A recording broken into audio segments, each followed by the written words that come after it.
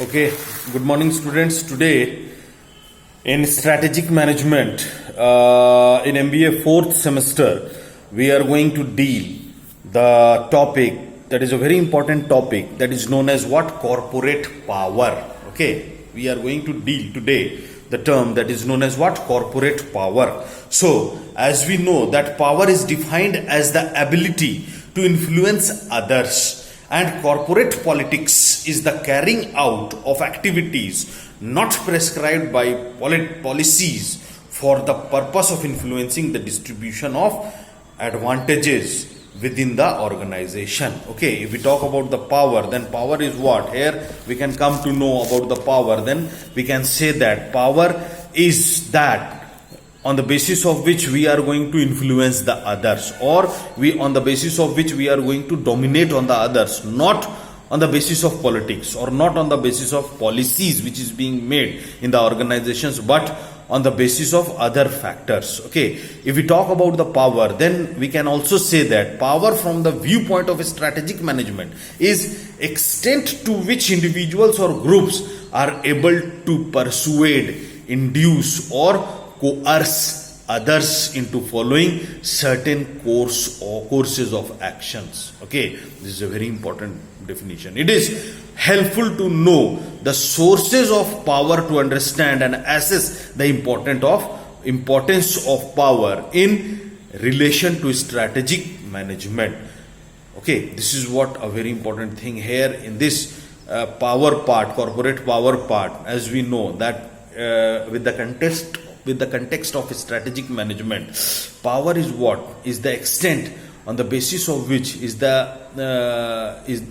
we can say that power is one of the important element on the basis of which the individuals or groups are able to persuade or induce or stimulate or dominate various kinds of courses of actions in the organizations on the basis of which their actions would be done. So in this, it is very much necessary that what are the sources of power. Here the managers should have to know, should have to learn. You people as a manager should have to know or learn that what are the different sources of power. कहाँ से power मिलते हैं, ठीक है? What are those sources from which these people are going to get the power. Okay, so as we know, if we talk about the sources of power, then in the organization there are two important sources of power. One is what? Internal sources, and other is what? External sources, or the sources for external stakeholders, we can say that. Okay,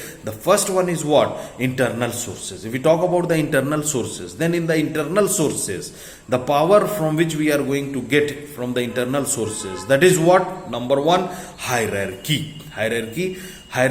position in the organizational structure provide formal authority to the managers to higher levels. Exactly, hierarchy. If we talk about the hierarchy, if we look upon the hierarchy of an organization, then from there also we can come to know about the formal power. If the people who are working at the very top level, that they are having the utmost power. People who are working at the below the top level, that they have a little more power than that. So these hierarchies show formally that what kind of powers are the people having in the organizations. The managers with more formal authority influence the policy formation and implementation extensively. Okay, managers should use this power along with other types of power to make their influence efficient. Okay, so this is what the first kind of source of power, that is internal, a hierarchy, that is known as what? Formal, on the basis of formal structure. Okay, the other one is what? Influence or charisma. Okay, this is what a technical term that is known as what? Charisma, which is known as what? Informal power. Influence or charisma. Influence means what? Someone influence, someone effectiveness or influence. Influence is an important source of power. This arises from personal qualities like charisma of the leader. Charisma is the leader's ability to influence others through his/her personal magnetism, enthusiasm, and strongly held convictions. These are what the charisma. Leaders communicate these convictions and their vision for the future through a dramatic, pressurized manner of speaking. Okay, charismatic leaders create an image of competence and success. Their personal magnetism make them role models for their employees. The more the followers admire their leaders, the more likely they are to accept their leaders' values and beliefs. This acceptance makes the leaders to exert significant influence over their followers' behaviors.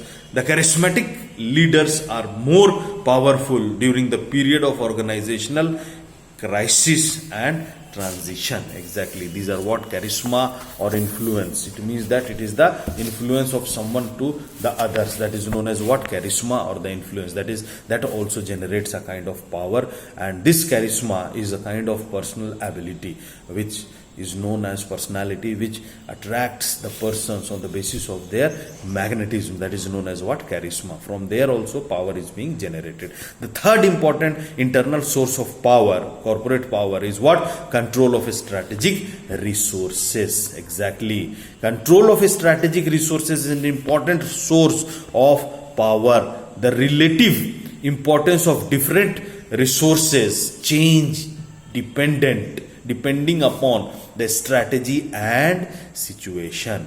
The leader can gain power of possessing or controlling the strategic resources. Exactly, what kind of, there various kinds of resources are there in the organization, like men, money, material and machinery. And if you are having the control over these strategic resources, then you are having the power. Okay, the fourth important source of power is what? Expertise or knowledge or skill. This is also a very important power which you people are getting here, from where you can gain experiences, knowledge, expertise and skills from on the basis of lecture learning. Okay, expertise or knowledge is a crucial source of power for top management. Okay, managers acquire power through achievement and performance.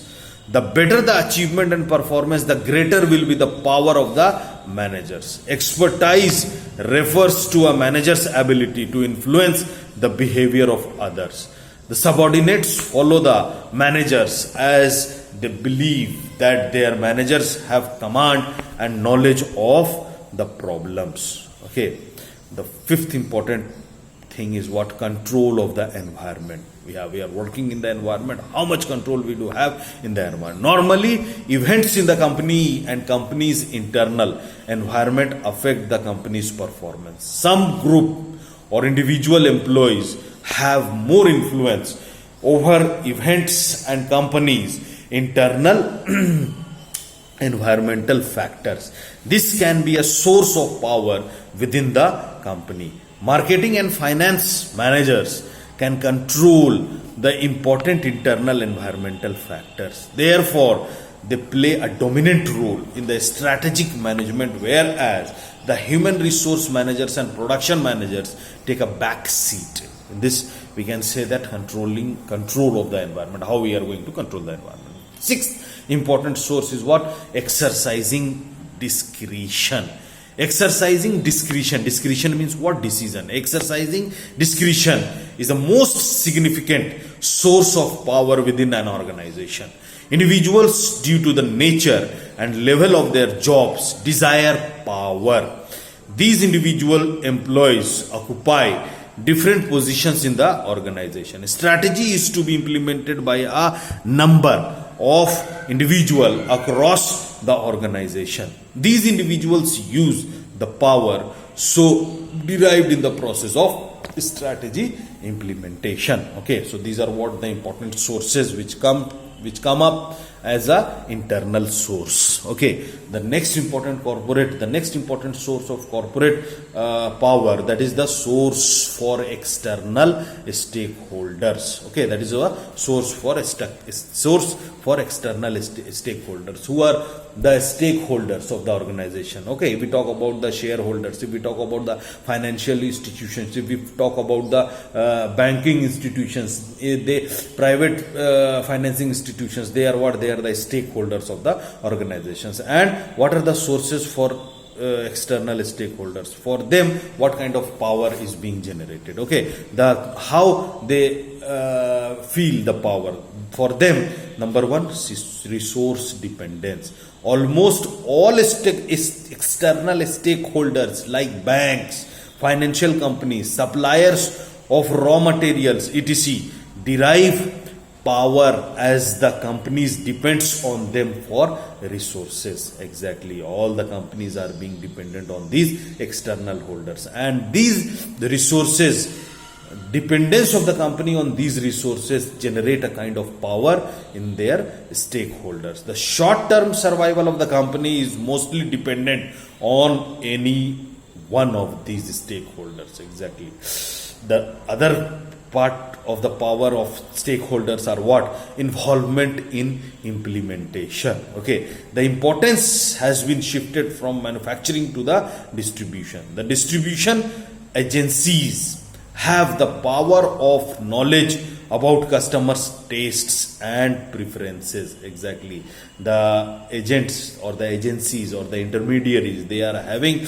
a very important power, because they are the only one who interact with the customers, who know the needs and tastes of the customers. In fact, distribution agencies determine or influence the type of products to be produced. They are the only one who determine and say the company that how kind of products are being produced, what kind of products are being produced. Thus, the distribution agencies derive power by involving in the implementation process. Exactly.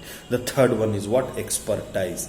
Expertise is also a very important thing which gives power to the external stakeholders. The agencies having specialized skills or experience that is demanded by the company derive the power for their expertise knowledge. Fourth is what? Internal links. This is also a very important thing. Internal links can provide a way for external stakeholders to influence the company's strategies. Highly authoritarian organization normally does not provide interlinks and give chance to external stakeholders to influence the strategic management process. There we can see that most of the companies were authoritarian, where only one people can guide. There we cannot find out that. But where the company is of a democratic form, then they influence the stakeholders also for taking any decision. So on that basis, they also feel a kind of power. Okay, so these are what the power from where they are going to get the power. Sources of power is a very important factor which we have learned. Now, let us know that what are the methods of assessing power. Okay, here in this we are going to learn about the methods of assessing power. That what are the different methods on the basis of which we are going to assess the power. It is rather very difficult to assess the power of internal individuals or groups and external stakeholders. Very difficult to assess how you are going to assess the power of anyone's, whether it should be the internal or the external. Okay, but some preferred suggestions, okay, are being given on the basis of which the company have set some indicators. Okay, both within the organizations or within the stakeholders also. So from where we are going to get the assess the powers. Okay, so these are what. Let us talk about the indicators within organizations. That what are those indicators within the organizations where we are going to indicate the power within the internal of an organization. That is number one, the status of the individual or group. That is what, if we are going to know, identify the power of any individual who are working in the organization, then we can know with the help of their status, the position of the individual in the organizational hierarchy and the job grade work as a very important indicator to assess the power.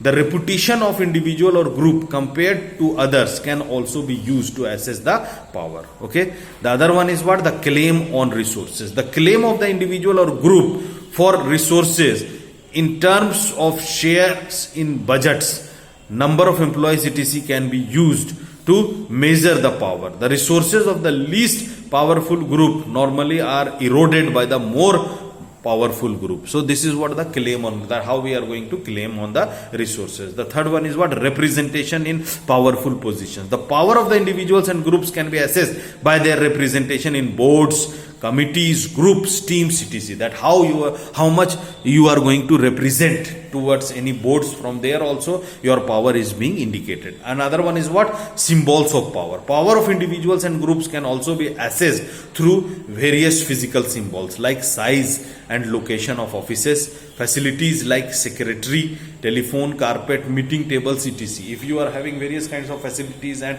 if you are having number of employees working with you, then you can say that you can also indicate from there the powers. Okay, so these are what the assessment of power or indicators of power within the organization, and how we are going to assess the power with the external stakeholders. It is also a very important factor from where the company can come to know that these are what powerful stakeholders. So the company should have to communicate or should have to make agreements, any kind of contracts with those stakeholders in a very proper manner, in a very sensed manner, so that the company is not going to lose that. So what are those indicators on the basis of which we are going to assess the external stakeholders? The first one is the status in the status. The status of external stakeholders like suppliers of raw materials, distributors, can be assessed through